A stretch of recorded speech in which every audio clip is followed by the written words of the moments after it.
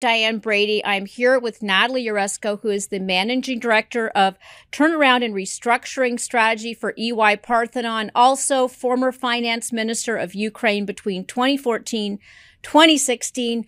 Minister Jaresko, nice to see you. Nice to be here. Thank you for having me. Let's start. We've just seen, President Volodymyr Zelensky was at the G7. How effective was that trip for Ukraine? So President Zelensky was at the G7. He just came from a very important Arab League meeting, and he has been traveling, continuing to both tell the story of what exactly is happening in Ukraine, but also building support broadly.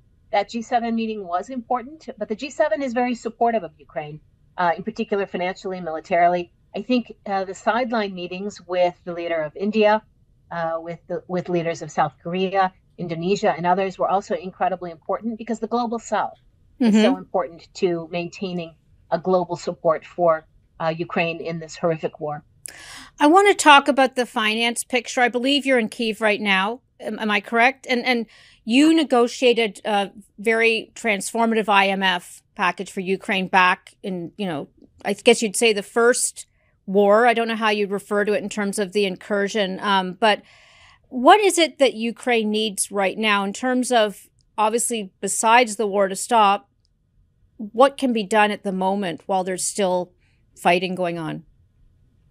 So what you hear often is weapons, weapons, weapons, because ending the war is really the absolute number one objective. But that said, this is also very much a war of attrition. Putin and the Kremlin and Russia have very clearly identified that they can go much longer than Ukraine can because of the damage that they're doing to the infrastructure of the country. More than 90% of bombings happen to civilian infrastructure. So that's energy and roads and hospitals and schools.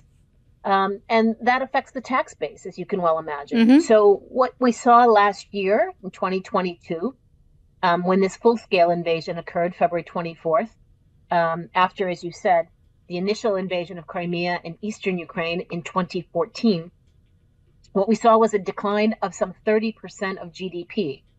And that means that Ukraine needs financial support today, financial support for a budget deficit. And the G7 and partners have come in for a substantial amount of support for that budget. And that budget deficit, covering it, is important because you want the government to be able to continue to govern, pay civil servants, make sure that teachers are working, doctors are working, and everyone is getting, their salaries are minimal, but they're getting paid. It also includes pensions for the elderly who have no other options, and very small subsidies for the internally displaced people, of which there are approximately 4 million in Ukraine who've lost their homes as a result of this war. So that $3 billion per month budget deficit, about $36 billion a year, is being covered in the first instance by the G7, by Western governments who are supportive, democratic governments who are supportive. But as I sit here today in Kyiv, there's also a new IMF program. Ukraine just recently agreed to a new IMF program. And I think that IMF program is really important. The first review of that is going on today in Vienna. And I think why it's important is because the IMF provides confidence to everyone that the economic policies, the monetary policy of the central bank are within a certain reasonable set of parameters. And it gives the donors confidence that, in fact, the economy is being managed well. And so when the IMF entered into this new program with Ukraine, it was a seal of good housekeeping on economic and financial and monetary policy. It's interesting because I think of the IMF, to your point, as being almost the force that imposes discipline on an economy, to get it out of bad shape. It seems like the role would be more limited during a wartime economy, would it not? Because, how much discipline can one be enforcing during such a chaotic period? Indeed, it is rare to have a program like this in the midst of war, but it gives you a sense of Ukraine's commitment to the reforms.